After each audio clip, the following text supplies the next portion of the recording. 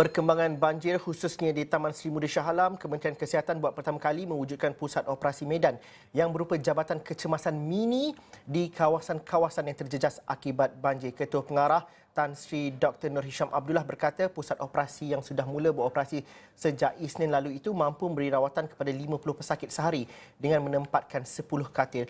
Umawati Ramayah berada di Taman Sri Muda Seksyen 25 Shah Alam. Umawati, mungkin ada perkembangan terkini berkenaan dengan mini bilik kecemasan di lapangan itu dan juga perkembangan-perkembangan lain yang kita dapat ketahui di Taman Sri Muda. Adakah katanya ada air naik sedikit tadi kerana hujan di sebelah awal pagi tadi? Mungkin laporannya, Umar. Terima kasih Zul di studio dan pada ketika ini saya berada di pusat pengoperasian banjir Shah Alam, Sri Muda Shah Alam dan seperti yang saya dua perkara yang ingin saya sentuh di sini.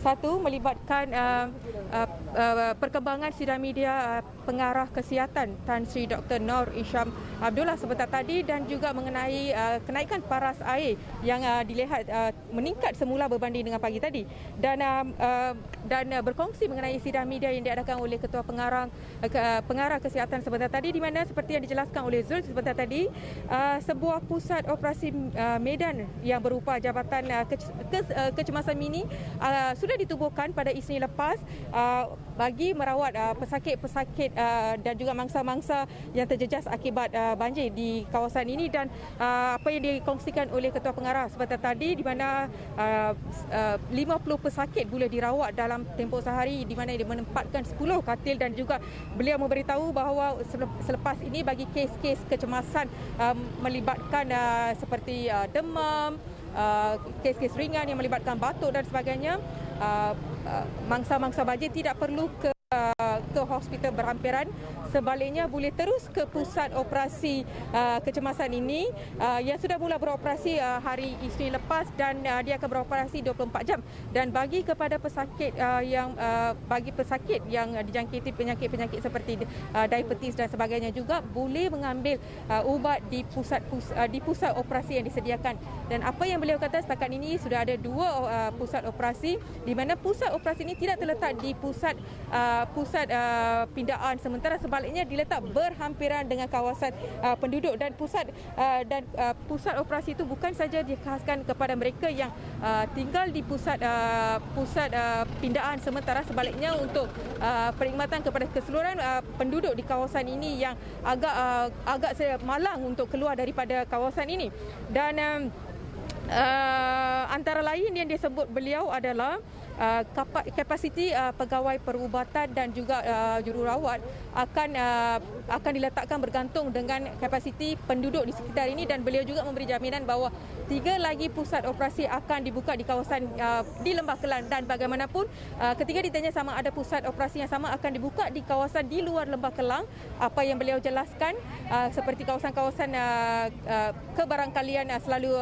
dinaiki air seperti Pahang, Terengganu dan Kelantan di mana penduduk-penduduk di situ sudah bersedia dan dengan taburan hujan pada selalunya yang akan berlaku pada hujung tahun dan juga mereka sudah ada negeri-negeri kerajaan negeri sudah bersedia dengan tim pasukan kecemasan masing-masing dan itu satu dan beliau juga antara lain dan beliau juga ada menambah bahawa sebaik saja lepas sidang media tadi beliau akan membuat lawatan ke 3 hospital iaitu Hospital Banting, Hospital Shah Alam dan juga Hospital Klang bagi melihat sendiri perkembangan sama ada katil-katil mencukupi untuk menempatkan mangsa-mangsa banjir.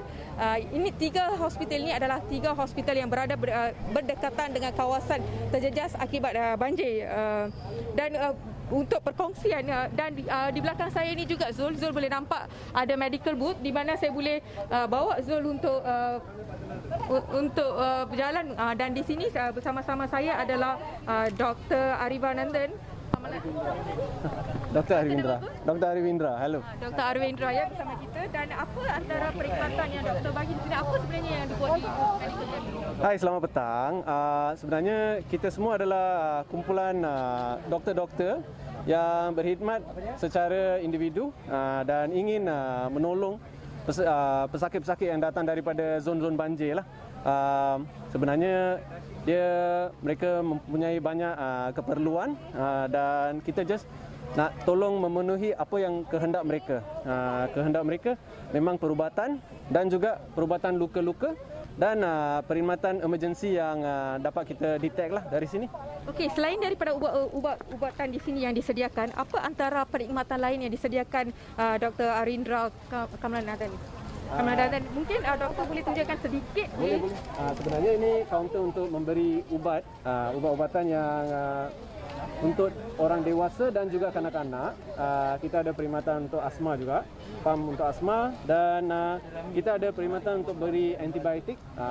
Semua ni ubat-ubatan ni adalah khas dermaan daripada orang ramai dan also banyak pihak lah, termasuk Rotary dan juga beberapa pihak individu yang menolong kita.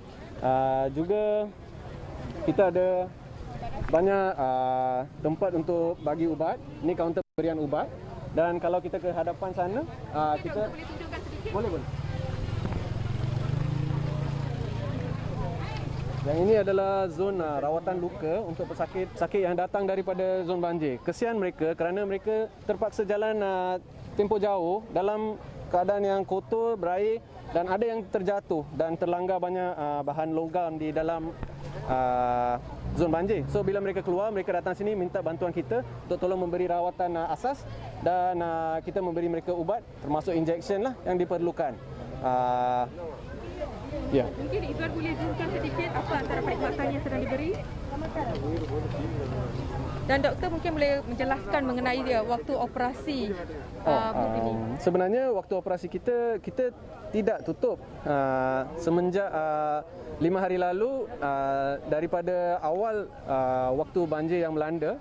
Kita sudah beroperasi di sini dan kita operasi 24/7. Kita cuba menolong sebanyak yang kita boleh dan kalau dengan pertolongan banyak doktor-doktor yang individu yang datang, ni kira volunteer lah. So sebab kita tak ada apa-apa organisasi, kita just dapatkan doktor-doktor volunteer dan mereka memberikan perkhidmatan yang mereka boleh dan mampu. Kita ada banyak camp di sini, termasuk zon di sana mana Rotary team buka, di sana ada zon Emerald yang Emerald team buka. Lagi satu ialah KKM tengah cuba mencari tempat untuk membuka tent mereka juga. So ini semua akan harap mengurangkan beban kita untuk menjaga kebanyakan pesakit yang datang di sini. Okey, terima kasih doktor untuk perkongsian yang sangat jelas dan berhubung dengan perkara kedua yang dibangkitkan oleh Zul sebentar tadi mengenai paras air di kawasan ini, apa yang saya boleh kongsikan? Ketika saya tiba di sini pada pukul 6.30 pagi tadi, paras air berada di paras air susut dan kita boleh berjalan agak-agak ke 300 ke 400 meter. Pagi tadi saya boleh berjalan ke dalam dan mungkin saya boleh membawakan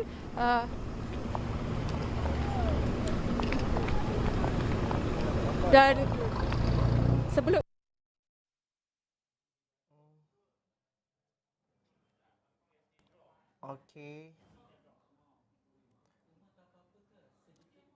Okey, Umar Wati, mungkin kita terputus sedikit talian di situ, tapi daripada segi visual Umar cuma menunjukkan, kalau dapat kita upkan atau kita naikkan sedikit visual langsung yang masih lagi Umar Wati cuma mengatakan bahawa ini adalah kawasan yang teruk terjejas tempoh hari dan kita cuba untuk dapatkan isyarat daripada Umar sebentar lagi.